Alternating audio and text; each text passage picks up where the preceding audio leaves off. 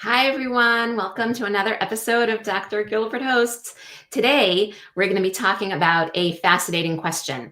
When does Parkinson's disease really begin? Now, a Parkinson's disease diagnosis, up until recently, has really been focused on the visible symptoms like tremor, slowness, stiffness, walking challenges. But we also know that the pathologic changes that accompany Parkinson's start decades earlier. And these changes can result in more hidden signs like smell loss, constipation, and certain sleep disorders. This collectively is known as premotor Parkinson's. Now, these earlier clues combined with exciting breakthroughs in biomarkers and genetics are transforming our understanding of Parkinson's and opening new doors for earlier detection and intervention. So today we're joined by a special guest, Dr. Michael Schwarzchild, who'll share information about this fascinating topic and then answer your questions live. And we'll also be joined by two people, Stacey Mihaly and Chuck Walker. They both have Parkinson's disease and both had non-motor symptoms, premotor Parkinson's, before their diagnosis. So we'll hear about their perspective on that period of time before they were diagnosed. So first, I'm going to introduce Dr. Schwarzchild. He's going to give a brief overview of the topic. We'll then hear the perspectives of Stacey and Chuck.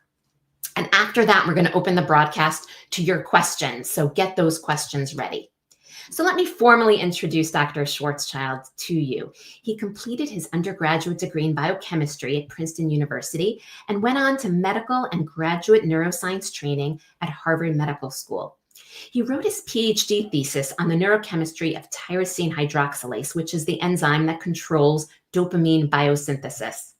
His neurology residency and movement disorder fellowships were at Mass General Hospital, and since 1996, Dr. Schwarzschild has directed the molecular neurobiology laboratory at MGH.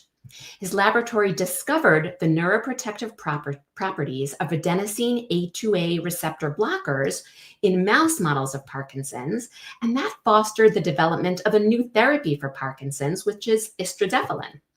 Dr. Schwarzschild has been the recipient of APDA's Kotzias Fellowship and a Paul Beeson Physician Faculty Scholar Award. He's led disease progression studies of the Parkinson's Study Group, which is a consortium of North American clinical trial sites and investigators who are dedicated to finding improved treatments for Parkinson's. He's also the director of a series of conferences entitled Planning for the Prevention of Parkinson's Disease. The next conference will take place on May 22nd to 24th, 2026 in Phoenix, just before the World Parkinson Congress. And you'll be hearing a lot about that over the coming year. He's also a staff neurologist at MGH, and he works with Parkinson's patients and families in his weekly movement disorders clinic. We are so excited to have Dr. Schwarzchild here and present to us. Thank you so much, and I welcome Dr. Schwarzchild to our broadcast. Thank you, Rebecca. Greetings all. I appreciate the kind introduction and the opportunity to talk to you today about premotor Parkinson's, why it represents exciting insights into not only understanding the disease and the journeys that many of you have taken to get where you are, but also for the prospects it holds out for intervening early, as Rebecca was saying, even to the possibility of prevention trials, which we're excited to develop. I also just want to preface up front, as excited as we are to have the possibility of slowing down disease before it even starts, I also want to convey that this is with the hopefulness of taking those learnings and applying them, of course, to people who are already dealing with the disease. So hopefully that will become clear as well. So let me just briefly give you a few examples of what we now understand to be features that often precede certainly the diagnosis and even the movement or the motor symptoms of the disease. A couple of the main ones, there are a number, but I'll just go over a couple of the most salient ones that were already mentioned. Loss of sense of smell, sometimes technically referred to as hyposmia, often precedes, and often by decades, the onset of motor symptoms. Having that, just to be clear, though, losing your sense of smell doesn't mean one's going to get Parkinson's disease. In fact, there are a number of conditions that many of you are familiar with, from COVID to sinusitis, head injuries, and the like, that can also lead to reduced sense of smell. Nevertheless, there is a significant increase amongst people who do have lost sense of smell of going on to develop Parkinson's disease. And in fact, it's so common that we're going to get to hear from a couple of people who are living with Parkinson's who are going to recount their prior pre-diagnosis experience with loss of sense of smell and other features. The other early feature that is sort of an epiphany in our understanding the disease is something also not intuitive for a disorder that's characterized by shaking and motor difficulty, which is a sleep condition that is even more specific than a loss of sense of smell for going on to develop Parkinson's and related conditions. But although similarly starting years and in some cases a decade or more, which is this particular sleep disorder that relates to effectively acting out one's dreams. The acronym is RBD, which stands for REM sleep behavior disorder. REM, as some of you might know, stands for rapid eye movement sleep, a phase of sleep when one has dreams.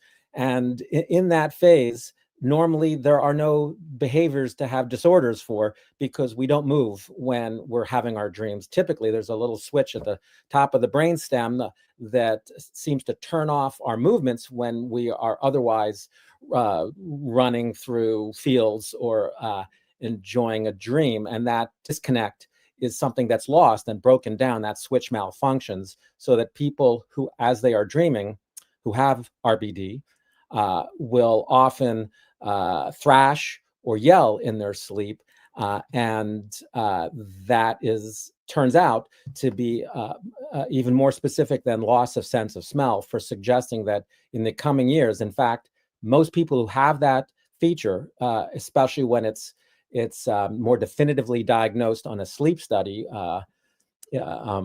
then it's about a 50% chance over a decade that one will develop Parkinson's or a related condition.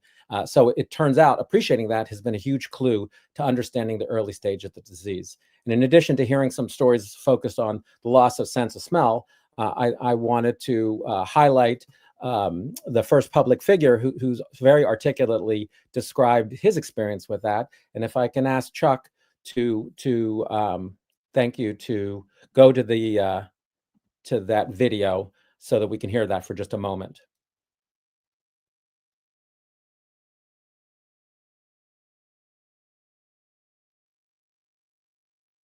View, but that's not where I am. So this is the first time you're revealing publicly that you've been diagnosed with Parkinson's disease. What was that diagnosis like when you got it? Well, I asked for a scan because I thought I might have it. I read an article by Jane Brody in the New York Times that indicated that if you act out your dreams, there's a good chance that might be a very early symptom where nothing else shows. And by acting out your dreams, I mean, I was having a dream that someone was attacking me and I threw a sack of potatoes at them. But what I was really doing is throwing a pillow at my wife. Wow. Wow. So what other symptoms did you start to notice? I didn't have any symptoms. The doctor said, "Why do you want to scan? You don't have any symptoms." And I said, "I want to know if there's anything I can do. I want to do it before things start to show up." And so months later, a little twitch in my thumb, and the thing I want folks to know, and this is not to shortchange people who are suffering with really severe symptoms. Symptoms can get very bad and their families can suffer. Thanks, Chris. And thanks in absentia to Mr. Alder for really being the first to bring light from a position of celebrity to this feature of the disease, and sharing his story like Stacey and Chuck will momentarily theirs.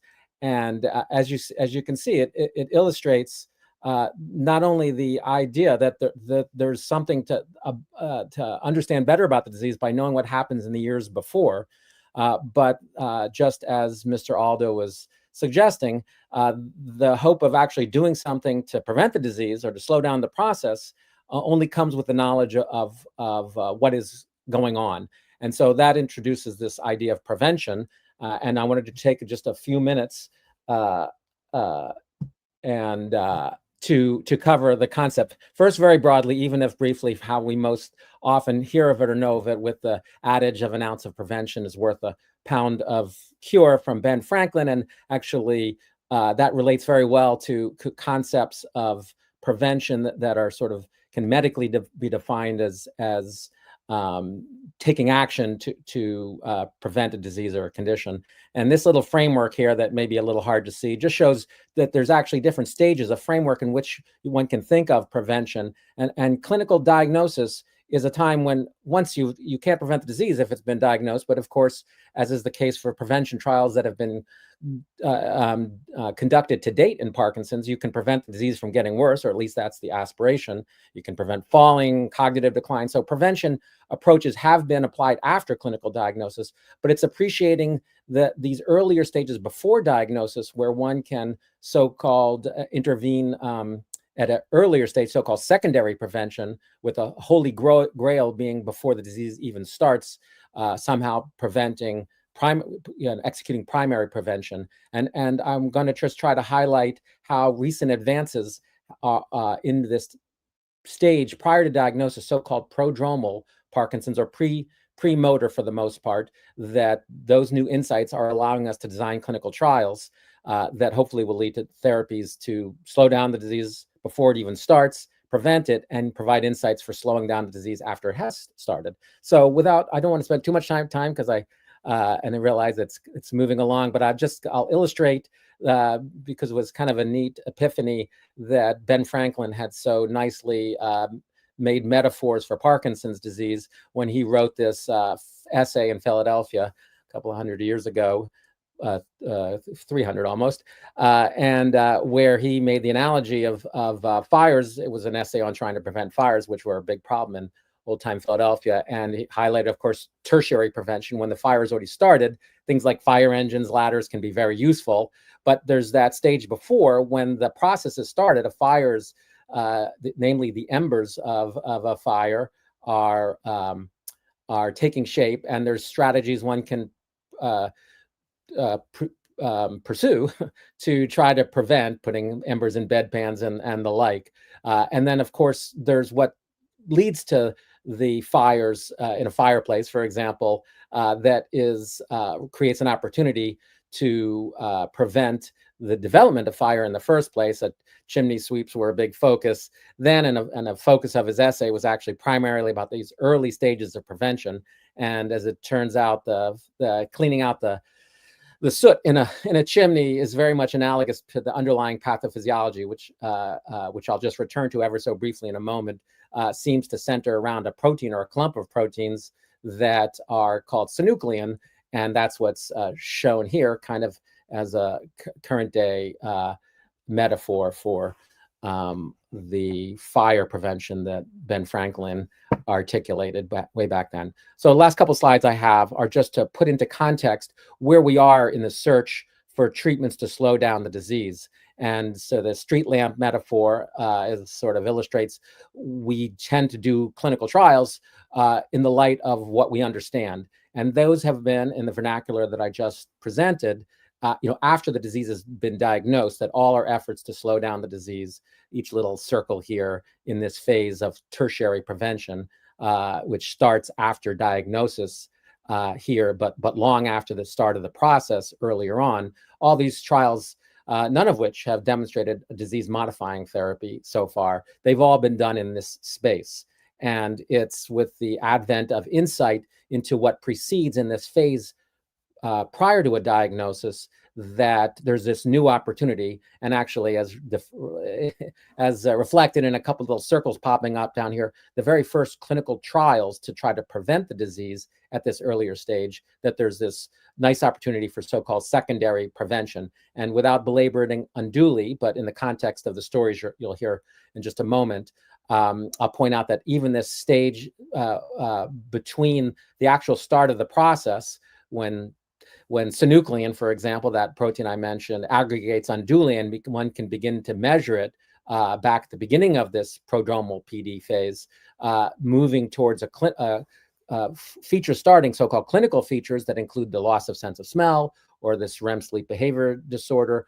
And then finally, with those typically happening, as mentioned, years earlier, then of course, before diagnosis, as many of you will know, that it can be months or years after the symptoms start slowing down, even shaking of a finger or hand, before diagnosis is made, leading to this sort of breakdown to a prior to any clinical features, that this disease can be started at the beginning of the prodromal phase, to the onset of features like loss of sense of smell, to the earliest features or early motor features of the disease. And the last point I'll just bring up, because many of you may be hearing about it, and it relates to the excitement about being able to characterize this prodromal phase, is the characterization in the form of now tests that can be pursued on this particular protein called synuclein or alpha-synuclein, that for which tests are in development to potentially include blood tests and the like, but currently are now really nicely validated for skin tests and spinal fluid that can, with pretty remarkable accuracy, and show people's evidence for being at this very early stage of the prodromal period that's allowing for new trials and strategies to be pursued. So the last broad point here that's illustrated by Bobby McFerrin is that there's so much information now, and it's so great actually because of the prospects for trying to slow down the disease to have that information. But whether you or family members who may be at risk, or people who have loss of sense of smell, whether you get more diagnostic information or not, the point isn't to worry about one more thing that you might have. The opportunity is to thoughtfully use this knowledge to try to actually understand the disease and try to prevent it. So with that, I just wanted to point out and to that our excitement has for this opportunity is converted into a conference series, the next of which, as Rebecca mentioned, will be taking place next year, just prior to the World Parkinson's Congress. And we are keenly interested in the voice of patients and people who are at risk. So that may be an opportunity that people could pursue. So with that, I wanted to thank you for listening to this background piece, and looking forward to answering questions with my colleagues, whom Rebecca will now introduce for their perspectives. Great. Thank you so much. So much information, and we're already see questions coming in. So hang in there. We're going to introduce our experts who deal with Parkinson's every day, and then everyone will come back for a Q&A. So I'm going to introduce now Stacey Mihaly. Stacey is a development and marketing leader with a long career of driving growth for global and national nonprofits. She and her husband, Jean, have 4 children and 6 grandchildren between them. And in addition to time with family, the Mihalys enjoy travel, music, and extensive volunteer work at home and abroad. Now, Stacey was diagnosed in 2019 with Parkinson's disease after years of searching for a diagnosis. She currently adheres to the exercise is medicine mantra and participates in Parkinson's-focused athletic activities on a nearly daily basis. So I welcome Stacey to the screen, and Stacey's going to share with us her story of how she was diagnosed with Parkinson's disease. Thank you so much, Rebecca, and thank you for inviting me here, and I'm delighted to be here with everybody. So when Rebecca first asked me to sort of recount my journey to diagnosis, it took so many years back of thinking that I had to take down notes. So if it's okay with everybody, I'm going to read them because I don't want to miss out on any of my milestones that I went through. So as Rebecca said, I was formally diagnosed in 2019 when I was 61 years old, but I spent 3 years searching for a diagnosis. So some of my earliest symptoms were gait changes. I had a feeling like I had a internal vibration in my left leg and incredible pain in my shoulder that kept moving from my shoulder to shoulder. I saw a physiatrist, an orthopedist, physical therapists, a psychologist, a pain specialist, 2 neurologists, and a head of neurosurgery at our local health center here. The specialists were baffled. They couldn't agree if this was something orthopedic or something neurological. Of course, they pointed to stress, and both neurologists told me I absolutely did not have Parkinson's disease. So for some context, when I met with every single one of those doctors, I told them that 8 years prior, when I was 50, I had lost my sense of smell. What had started out originally as smell distortion, I was smelling things that nobody else could smell. It then went to really not smelling anything. And I sought out a top smell specialist up in Boston who sent me for a CAT scan of my sinuses, also sent me for a brain MRI. Everything looked completely normal. And he did the smell test. While there was significant loss in my smell, it wasn't complete. They were happy that I could still smell smoke and just really thought I must have had a bad cold or some other kind of virus, but nothing really to be afraid of. The other thing that I told all of those doctors was that my mother had recently been diagnosed with Parkinson's disease. So she hadn't been diagnosed at the time I lost my smell and saw the specialist, but a few years later. So in that intervening time, I was treated extensively for frozen shoulder. I got specialized orthotics. I'm not kidding, every bone in my body was put through an MRI, including my brain again. I had steroid injections in my neck and in my shoulders. I had an EMG conduction study that was conducted on my arms and my legs. Everyone kept going back to, this must all be in my head. I refused to give up. I knew it wasn't normal. What I was feeling was one side of my body was just basically acting completely independent from the other side of my body. And the turning point was when I broke my hip cycling in Sweden. That accident unleashed an absolute firestorm of symptoms. It was the first time I actually had an external tremor on the entire left side of my body. And so after surgery overseas, I came back to the US and finally had an appointment that had been on the books for a number of months with a new movement disorder specialist and neurologist. And he was the first one who read my entire chart, everything that I had gone through, total family history, looked at all the MRIs, the smell loss, everything else. And he said, you do have some features of Parkinson's, but I'm not 100% sure. Would you be willing to take a DAT scan? Which I did.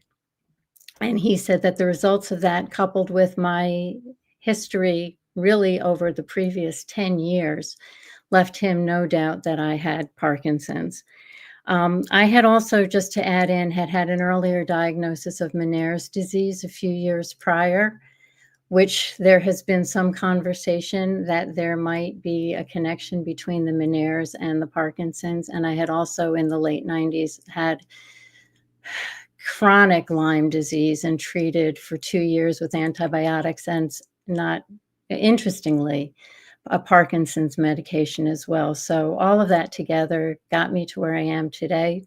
To say that by the time I got diagnosed, it was actually a relief to find out what was going on with me.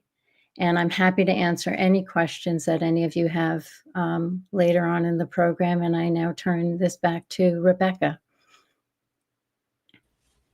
Wow, what a story. I am sure there are many questions coming your way. And next we will hear from Chuck Walker, who will share his story, and then we'll all join for Q&A. So Chuck, or Charles, lives in Boynton Beach, Florida. He will be 67 years old in just a few weeks and was diagnosed with Parkinson's 13 years ago after 5 years of unexplained symptoms. He met his wife, who's Dr. Maureen Wellahan, at about the same time his symptoms began to develop. And so together they navigate all the ups and downs of Parkinson's. Daily exercise and a positive attitude are a big part of Chuck's strategy for keeping well. He recently retired as president and owner of a large air conditioning company. And last year, he obtained his boat captain's license and now manages a local fishing charter. Chuck participated in a clinical trial for focused ultrasound once his diagnosis was underway, which is another fascinating aspect of Chuck's story. And he is proud to participate in today's broadcast to shine a light on his early symptoms of Parkinson's. Welcome, Chuck, to our broadcast. Oh, Chuck, you're muted, so you're going to have to unmute yourself so we can hear you. Perfect. Okay, thank you. All right, great. So Looks like I did it. Thank you very much. Thanks, Rebecca. And that was a wonderful story, Stacey. A lot of similarities between our stories. First off, baldness is not a symptom of Parkinson's. It's personal choice. But anyway, my Parkinson's journey started around 2002. And the first symptom I noticed was a loss of smell, sense of smell. At that time, I was involved in mold investigations of a sick building. And my partner and I walked into this building, and the first thing he commented on was the odor of the mold, and the building was so strong, he wanted to get back outside. And I'm sitting there saying, I don't smell a thing. And that's the first time I really realized that I didn't have any sense of smell. A few years later, I noticed I wasn't moving quite as well as I used to, but I just wrote this off as, of course, getting older. Most guys like to do that, so I did too. Several more years passed, and when a tremor in my right hand became apparent, I knew something was not right. I was left-handed, so having a tremor in my right hand wasn't so bad. I just hit it, of course, put it in my pants pocket, and did my gesturing with my left hand. Like I say, we were doing sick building investigations at the time with my friends, and we had started a company that way. And I had to come up with a way of doing my presentations, and that was the only thing I could come up with. When I couldn't mask the symptoms anymore, at my wife's insistence, like Rebecca said, she is a physician. She's a gynecologist. She works at the other end of the body. But I made an appointment with a neurologist, and he immediately thought Parkinson's. But after several testing, he finally confirmed that I did have Parkinson's. Since this confirmation, I was selected for a trial that used focused ultrasound for bilateral ablation, and it helps the tremor. I had the treatment on the left side of the brain to reduce the predominant right-sided tremor. So far, so good. 3 years later, still steady as a rock, doing well with that. We'll see what the future holds with that. One thing she did mention, Stacey mentioned, was she had another condition that brought on the Parkinson's. Mine was back surgery. In 2019, I had back surgery from my work prior. I had bilateral disc surgery. Excuse me, it was a painful time. And that brought on a lot of the symptoms of Parkinson's. So we have a lot of similarities in that respect. And I guess now it's time for questions and answers. Rebecca? Fantastic. All right. Thank you so much, both to Stacey and Chuck, for their stories. We're now going to invite everyone back on, and we're going to start our Q&A. We're going to try to answer as many questions as we can, and I apologize ahead of time if we cannot answer every question. Okay, so we're going to start with question number one, and this is from John, and he actually references something that Stacey mentioned. Because John says, rather than losing my sense of smell, I had phantom smells. You smell cigarette smoke where there isn't any. Is this something common? And I know that Stacey did mention that you had something relevant. So I'd love to hear Michael's opinion on these phantom smells versus loss of smell. And then I'm happy to also hear how Stacey interpreted this phenomenon that you experienced. So maybe Michael, go first. Sure. Thanks, John. It is common, just as reflected by Stacey, to have abnormal smells on the way to losing one's smell. So that would be typical if after a number of years there was also just frank loss of sense of smell. Fantastic. Yeah, that was Stacey, yeah, it was very weird because it's, almost when you're not smelling anything, it's almost easier to ignore it. But when you're smelling something that's just so weird and you're asking everybody around you, do you smell that? And nobody smells anything that you're smelling, you think you're losing your mind. So it was almost a relief when because the phantom smells were not good smells. They were, in my case, I kept thinking that there was like a dead animal rotting in a wall. It was awful. We were like having to get people in and checking out things in the house. And of course there was absolutely nothing there, but it does a number on your mind. It really does. Mm-hmm. Great. You do not hear enough about that. You hear a lot about smell loss, but not about these phantom smells. So thank you, John, and Stacey for highlighting that. We have a really interesting question from Lori, and I wonder, Michael, this is something good to clarify. So what about if somebody occasionally yells out in their sleep? They're not acting out their dreams, they're not moving, they're just shouting out occasionally. Where do you draw the line? Is that considered REM behavior sleep disorder? Is that more along not something to worry about? There's sort of always a spectrum in these symptoms. Yeah, so that's a thoughtful question too, and things aren't always as clear as in the textbooks. And there are various variations of sleep, night terrors, other things that aren't walking in one's sleep, which is not actually the same thing as acting out your dreams. So it can be ambiguous.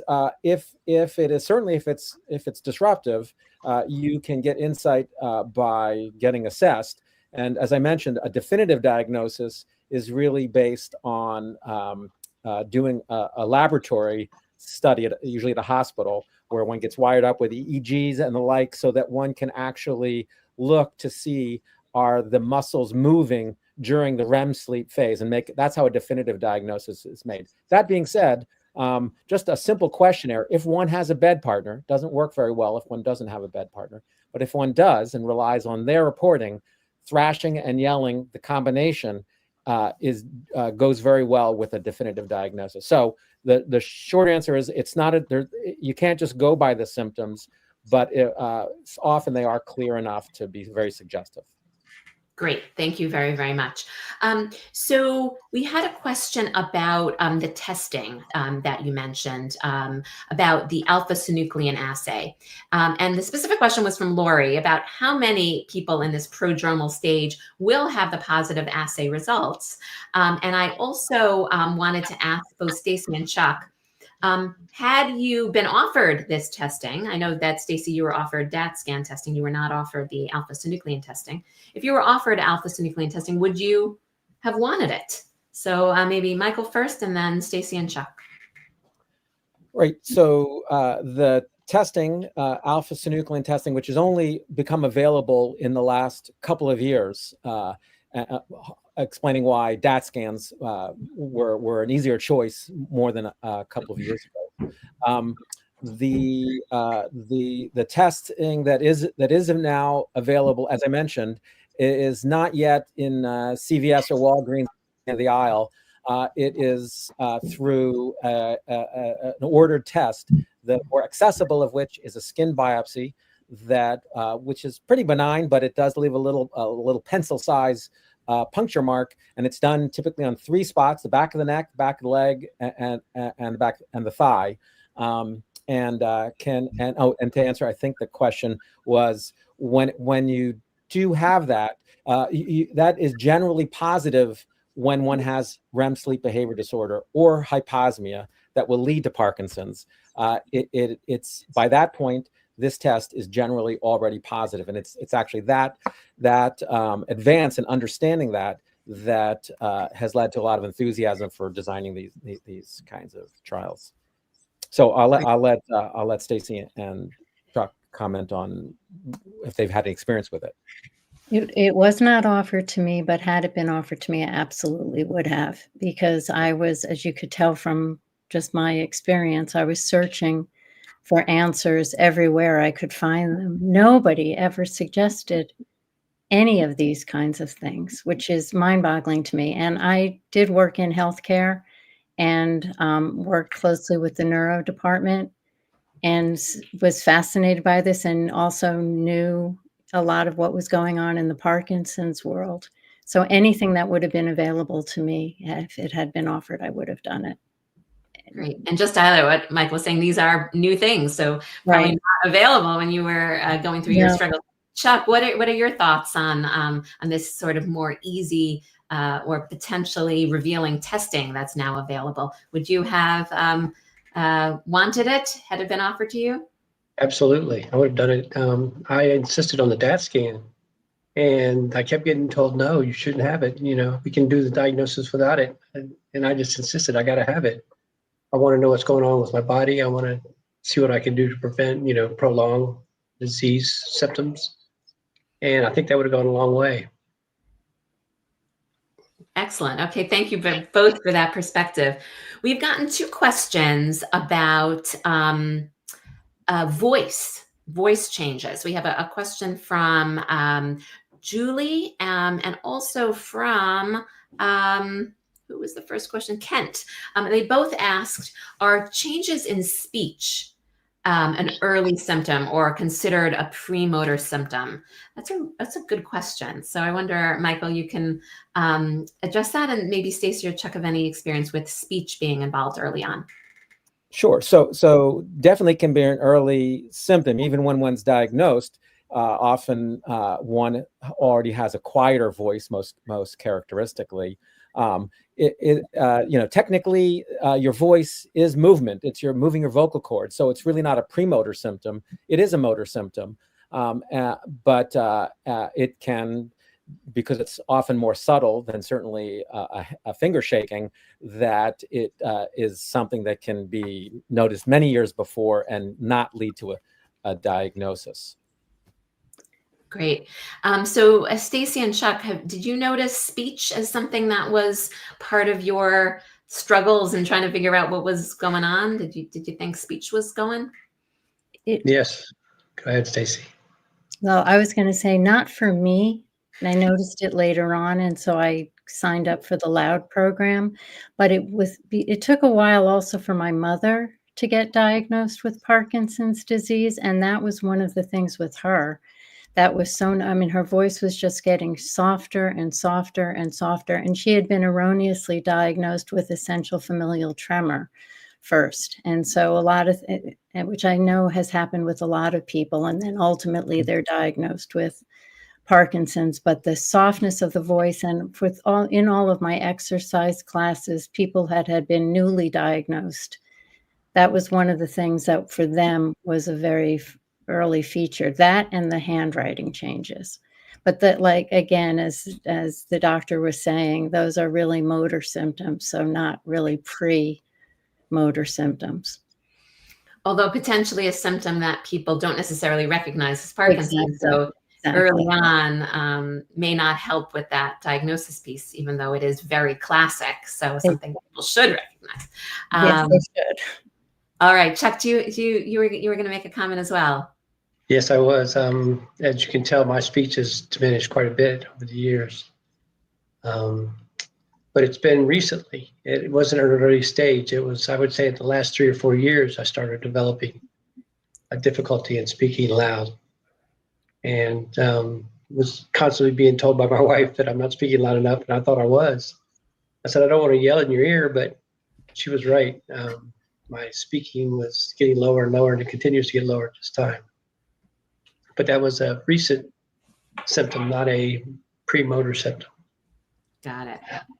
If it's okay, I'll just comment a little bit further on how this illustrates quite clearly in this small set. Everyone's Parkinson is, of course, very different, and it can be early, whether it's this in case motor symptom like voice, or it can be later. And there's a lot of effort to characterize these early symptoms, especially now that we're trying to track the disease, not only with biomarkers, but with things that are changing even before a diagnosis. And so there's all kinds of apps and clever investigations into picking up voice changes years before, or motor changes on one's keyboard that can pick up very subtle digital clues that are way beyond the skill set of a neurologist. So there's this increased initiative to understand it, again, particularly because it might help characterize how people are changing at an earlier stage to try to develop interventions. Great. Let's talk about interventions for a minute. Michael, you mentioned, this effort to even do a clinical trial in people who may not have motor symptoms and maybe in this premotor stage. And Vince asked a question to kind of flesh that out. Are there current therapies that can slow the progression that can be applied to this group of people that don't have a diagnosis yet? And he mentions, I'm thinking of things like aerobics, thinking of exercise as potentially an intervention in this earlier group. So, Michael, could you elaborate a little bit on your thoughts about a trial for this group of people who don't yet have a diagnosis of Parkinson's?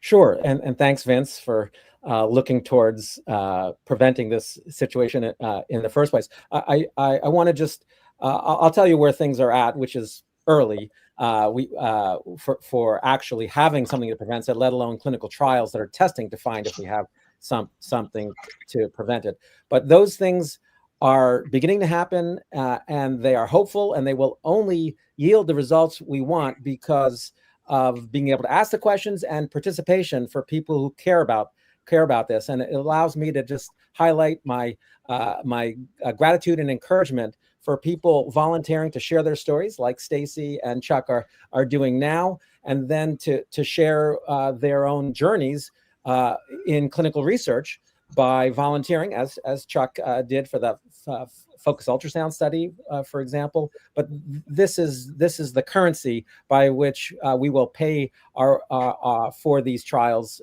for these therapies that will happen. So yes, the science is now at a point where we can begin to do those trials. The very first ones have happened. Actually, the very first one that's happened in Europe, and it should be coming in the United States, for people who are at risk, largely because of they're having REM sleep behavior disorder features, but also because of genetic predispositions when it runs in a family.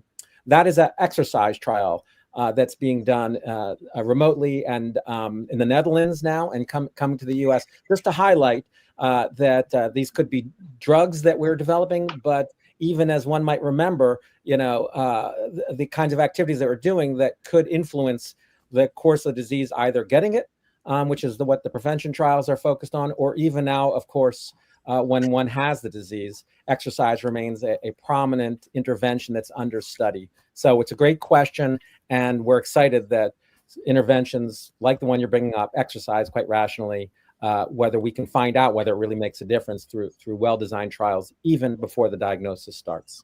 Fantastic. Very, very exciting times. We want to highlight one thing that both Stacey and Chuck mentioned, which is this transition from this period of time where there may be some of the premotor symptoms happening, something's going on, but no one's being clear about what's actually happening to your body. And then boom, you got a diagnosis of Parkinson's. And both Stacey and Chuck had an event that happened that sort of brought out the symptoms. And we're being asked by Jane, can Mr. Walker elaborate on that sort of how the symptoms reveal themselves after a medical event? And is that something, can you describe that to us? And Michael, maybe you can elaborate a little bit on how frequently does that happen, and what is that about? So maybe Chuck, go first. Okay, I can correlate that with the previous question of exercise. I strongly believe exercise is a great thing for Parkinson's, and I have forever. I exercise every day, try to, but when I had the back surgery and the back problems, I was not able to exercise for probably six to 7 months. And that's when my symptoms seemed to really come on stronger. So a lot of symptoms come back that that were put behind me, and I strongly believe exercise was what helped me get through that. And what brought it on, my stronger symptoms of Parkinson's, was I wasn't able to exercise during that period of time. Interesting. That could very well be. Yeah, and it's a natural question that comes up because in fact it is quite common that in the setting of a hospitalization or some kind of stress that a diagnosis first becomes evident. And while it raises the question, is it the hospitalization and the anesthesia, something that actually triggers the disease, or makes it worse? Or is it something that is perhaps does seem more likely, which is just the nature of the disease as something that fluctuates, as was already mentioned, good days and bad days, and stresses will more likely, as perhaps Stacey or Chuck could attest, make the days a worse day. And when you're hospitalized or you're deprived of exercise, which is a way that you get sustenance, then you're more likely to unmask symptoms. And so a lot of times the thinking is that when it's in a setting of hospitalization or something like that, that one first becomes aware of a shaking tremor or a more severe gait difficulty, that it may just be that your body is doing worse. And Stacey probably has some firsthand, with her hand up, perspective. I just wanted to add something that is more anecdotal, but from speaking with several neurologists and speaking with a lot of people with Parkinson's, it doesn't seem that unusual, not necessarily the hospitalization itself, but the trauma to the body of whatever kind of accident or injury is created. And it doesn't necessarily even have to be a bodily trauma. It can be emotional trauma, the loss of somebody, a death, going through some kind of major stressor. Doesn't mean it's bringing on necessarily the Parkinson's, but whatever is there, it amplifies the symptoms to a way that frequently, for so many, again, anecdotal, but for so many people that I've talked to, and I'm talking in the dozens of people, when that had difficulty being diagnosed until there was a significant event, and then the diagnosis was easier. So I don't know if that's just sort of in the for what it's worth category. No, I definitely think that's something you hear very frequently. Both, that there's an event that triggers it. And you don't quite know what is happening, but it definitely seems that that's the case. We are remarkably at the end of our time. And so we're going to ask one more question and then wrap it up. And this is a question from Ju, and she asks, is loss of interest a part of the disease? And I wonder if more generally, Michael, you can answer, is apathy, which is this loss of interest that some people experience, is this seen as a premotor symptom occasionally? Because I have been asked that question before. We typically think about it as a later symptom, but do we see this as a premotor symptom ever? And the answer, June, I think it was, is absolutely yes. It almost presciently your question. It's in the realm of a wider range of premotor features, to the point whether it's a premotor feature of the disease or a risk factor. It's actually quite well established that depression and anxiety are people who have them are more likely to have the disease. It's a small difference, but it's been very much substantiated. So it gets a little semantic whether this is an early phase of the disease or something that is just a risk factor. But yes, the short answer is that whether it's apathy or depression or anxiety, it can be part of a larger cluster of prodromal features. Fantastic. And on that note, I think we have to wrap up. So I wanted to thank everyone for their fantastic information. Thank you so much to Stacey and Chuck for your stories, for Michael for your presentation and all your Q&A. And if you joined late, if you'd like to watch again, this recording is going to be available on our YouTube channel momentarily. And don't forget to subscribe to APDA's YouTube channel while you're there. So for more information and resources, please check out our website at apdaparkinson.org. And our next Dr. Gilbert Hosts will take place on Wednesday, July 30th at 2 p.m. This is rescheduled from the beginning of June. That had to be rescheduled because of technical difficulties with our broadcasting platform. And we'll be speaking to Dr. Okeanis Val on the fascinating topic of climate, weather, and Parkinson's. Now, if you registered the first time around, we still have your registration. But if you did not register, you're in luck. You haven't missed it. And we hope to see you there. Stick around for a few final messages. Before I go, I want to thank you again for joining us today, and we hope to see you on another APDA program. Have a great afternoon.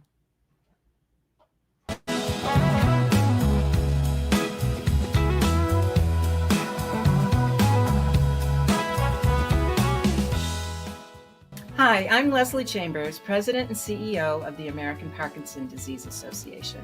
Thank you so much for joining us today on our program.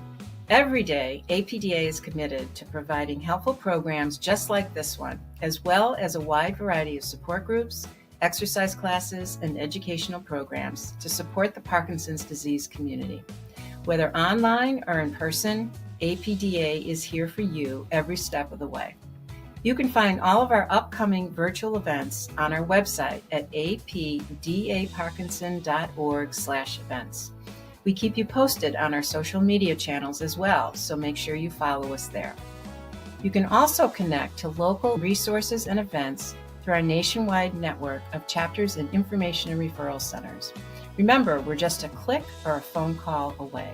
If you've enjoyed today's broadcast, I hope you will consider making a donation to help keep programs like this possible. Every gift, large or small, helps APDA support people living with PD through thoughtful programming, reliable resources, groundbreaking research, and more. Please visit apdaparkinson.org/donate today to support our critical work for those with Parkinson's.